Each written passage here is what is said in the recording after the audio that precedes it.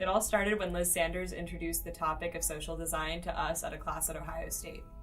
We were instantly hooked, thinking of ways we could take what academics had taught us about ethics and apply it to the outside world.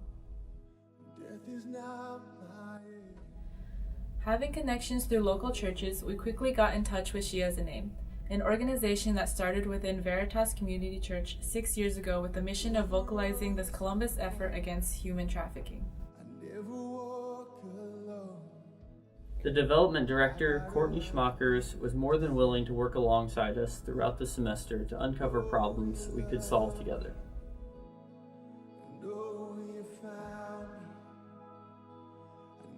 Our first step was to uncover the mysteries of human trafficking as a whole. I think it's fair to say we were all blown away. According to the International Labor Organization, 21 million people are victims of forced labor, trapped in jobs they were coerced or deceived into and cannot leave. Sex trafficking makes up for 2/3 of all trafficking revenue, over $30 billion, and 89% of these victims want immediate escape but have no other options, which sadly is not a matter of opinion, as the average entry age of prostitution in the US is 12 to 14 years old. But it doesn't happen where I live, right? We wish that was the case. The United States is estimated to have 470,000 victims, 80% of which are women and children. Ohio has been noted as the 5th worst state in terms of cases reported, with Toledo listed as the 3rd worst city in the US for human trafficking. Out of a possible 10,000 victims, only 2,300 have been saved in the last 10 years.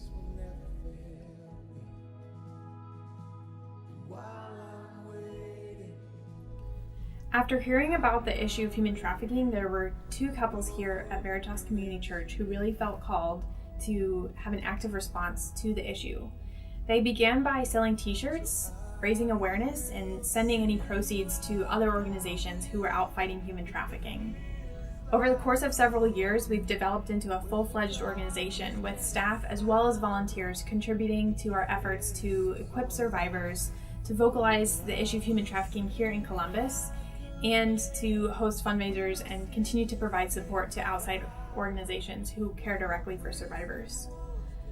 This year is a big transition in that we've brought along 2 additional staff members in the form of a program director and development director, and that's brought some challenges as well as some opportunities to really see what kind of give and take there needs to be between volunteers and staff. We really realized how much this was an issue that needed to be fleshed out and really thought through at our annual gala, A Night of Hope. This is one of our major fundraisers for the year, so it was an important testing grounds to see how a new staff and volunteer relationship might live out.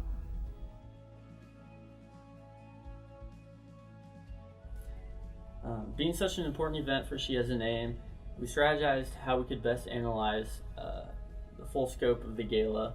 We decided to participate. Each one of us went to the gala. A couple of us did volunteer roles, silent auction and food service. Tobias did videography.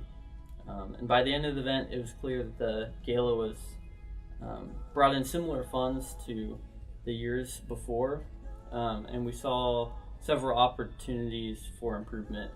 The new venue lacked adequate staffing and proved itself hard to navigate. Volunteers were well trained in their basic roles, but there was some confusion as far as chain of command. And this confusion came to life when different people expressed opinions and spoke up with authority throughout the night, and people were kind of confused as to what was happening. And we couldn't really understand why, because they were well trained, they knew what they were doing, the staff was well prepared, yet many of the things that happened at the gala didn't happen as they were planned. So we went looking for answers with the volunteers.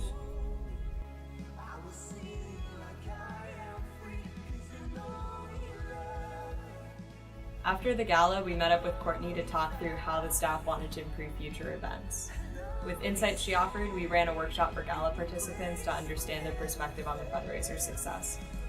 The volunteers were thrilled with the financial success of the Night of Hope, but they also noticed the communication gap between themselves and the staff. People within the organization had moved into different roles, but without explaining this clearly, members of She Has a Name were left confused about who to listen to.